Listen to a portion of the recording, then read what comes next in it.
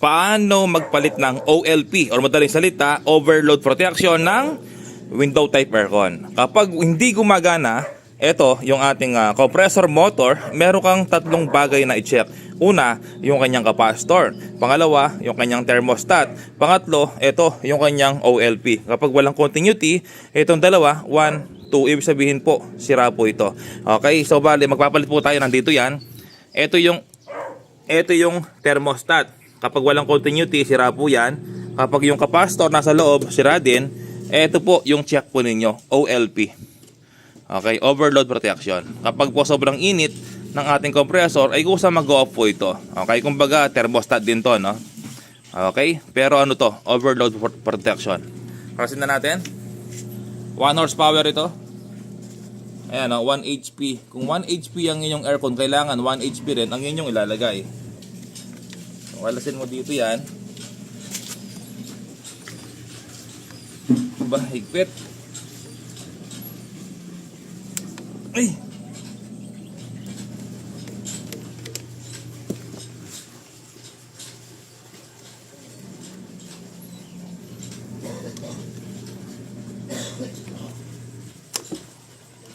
Hindi ko lang banda yung manigal.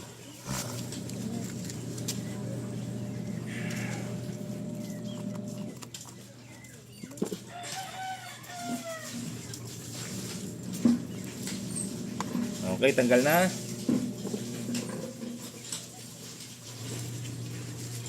Tapos, iangat mo to.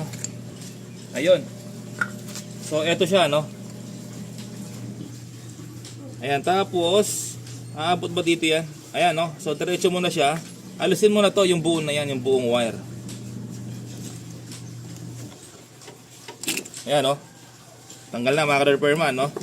O, tapos, ayan, iangat mo na siyang buo. Okay? So, may nahulog. Nahulog yung kanyang stopper. Nandito, oh. Ayan, kunin ko lang, no? Yung kanyang stopper. Ay, oh.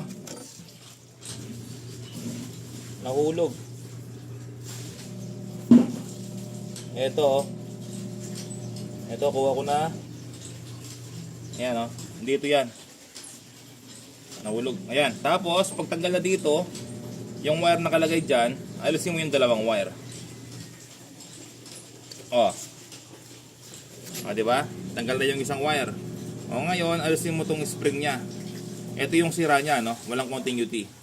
Okay? Tapos, kapag hindi accurate to, nag-o-off bigla kahit na hindi siya ganong mainit yung compressor, ito yung problema. No? Kaya hindi lumalamig ang aircon mo dahil dito, nag-o-off po ito, hindi na siya accurate. Kaya, kusa namamatay yung compressor. Ito yung bago. Okay, so yung bago, lalagay mo yung spring. Tapos, lalagay mo yung dito. Higpitan mo ng konti. Okay, tapos, pasang mo dito yan. Para mahigpit, para okay. Walang ka-loss connection, no? Ayan, mahigpit na. Yan. Tapos, ipapasok mo dito. Kung paano mo tinanggal, ganun mo rin ibabalik, no? Ayan. So, balik rin natin ng konti kasi di siya papasok sa ulumahan, no? Ayan. Yon. Ganyan lang, oh. Tapos, babalik mo na yung cover. Ganyan lang kadali ang paglagay tsaka pagtanggal. Ayan, oh. So, yun. Okay na.